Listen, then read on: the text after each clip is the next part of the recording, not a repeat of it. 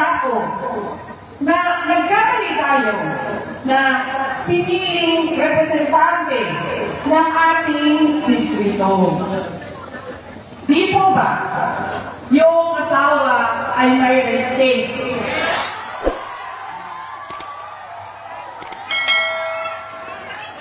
Lumapit siya sa asawa ko.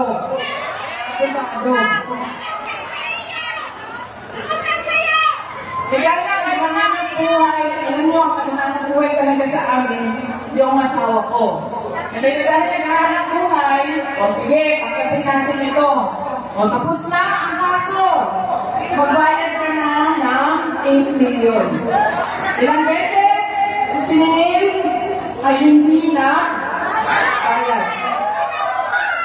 Ganyan ang klase ng tao na mali natin na napili. Tinatakbuhan ang utang.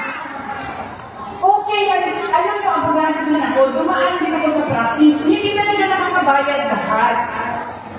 Kung sasabihin niyan, oh, ito attorney, meron akong konti, ito na muna. Pag nagkapera ako sa susunod, magbibigay po ako. O, sa susunod na buwan, ito attorney, konti po. Ito lang po muna ngayon. Hindi, ito, hindi talaga eh. Kunwari, walang nangyari.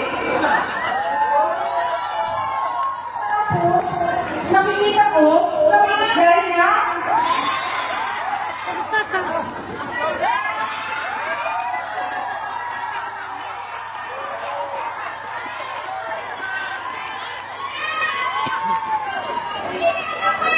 Magbayad ka naman muna ng utang mo.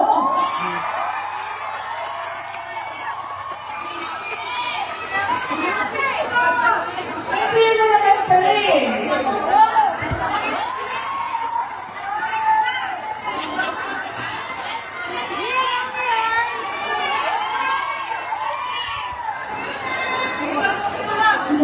Ako ang ina, ako ang pare.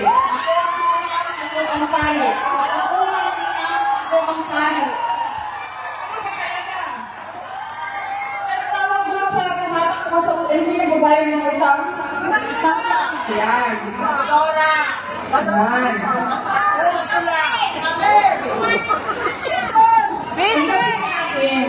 Nagkakali tayo ng pili ng presidente, nakakali din tayo ng pili. Hindi natin nakikinan yung kalakas eh.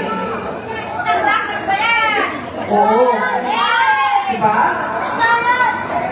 Diba? Ganyan ang klase ng pagkakamali namin.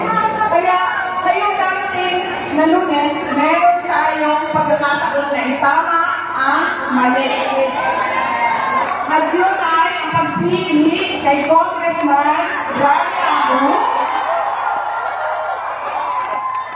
Naibalik natin sa Kongreso na 9 years napakaganda ng track record naging deputy speaker. At sabi ko nga, pwede maging speaker, di ba? Bakit hindi? Diba? Ihahatid natin lahat doon sa Kongreso, buong Pilipinas. Hatid natin, ito po ang aming piniling speaker. Kami po ang taong bayan.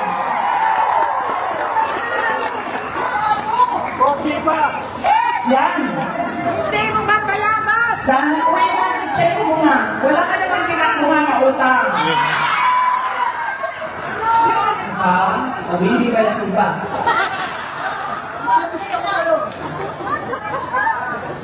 Meron tayong pagkakataon na itama ang mali. Kaya, gawin natin yun.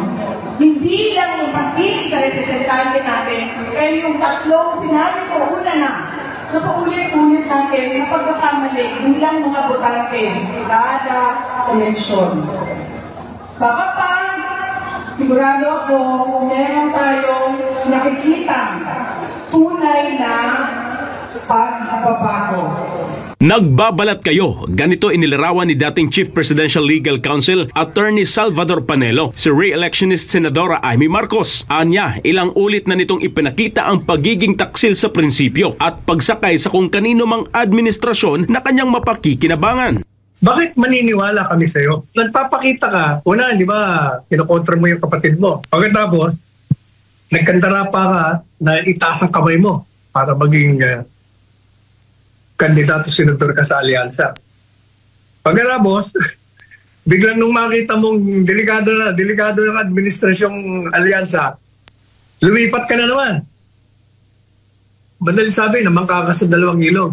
Hinimay pa ni Panelo ang tila katahimikan ng senadora sa mga panahong mas kinakailangan ang kanyang tinig, lalo na nang hindi makapasok si Vice President Sara Duterte sa Villamor Air Base para bisitahin ang amang si dating Pangulong Rodrigo Duterte. Nung inaresto si Pangulong Duterte sa Villamor Air Base, yung kaibigan mong Inday Sara, hindi pinapasok.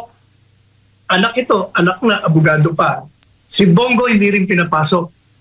Nasaan ka nun? Bakit wala kang email? Bakit hindi ka nagsalita na laban sa ginawa ng iyong kapatid, laban sa gobyerno nito? Tumahimik ka. Nung makita mong bumabagsak ang rating mo, ayun, bigla ka nang lunsad ng Senate investigation. Wala namang kailangan tuklasin kasi alam na nating lahat.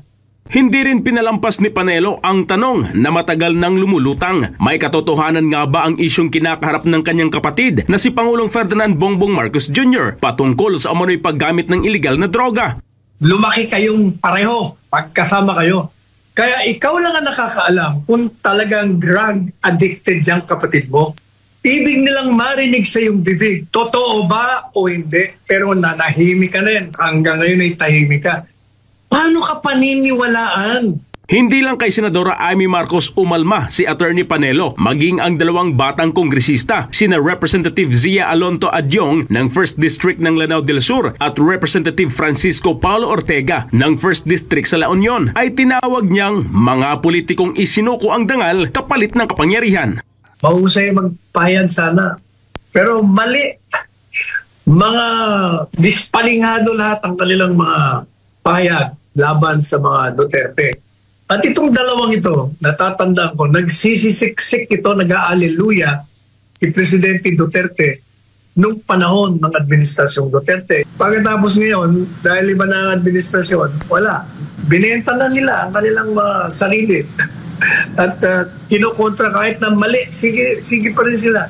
Matatanda ang sinabi ni Adyong na itigil na raw ni VP Sara ang ginagawa umanong shaming campaign habang si Ortega naman ay binatikos ang pangalawang pangulo dahil umano sa pananahimik nito sa kabila ng pang-aangkin ng teritoryo ng bansa. Sa dulo, iginiit ni Panelo na ang ganitong mga uri ng politiko na tila mabilis makalimot, mabilis magpalit ng kulay ay hindi raw dapat pagkatiwalaan ng bayan. At para sa kanya, ang pananahimik sa oras ng krisis ay hindi tanda ng respeto, kundi pagtataksil.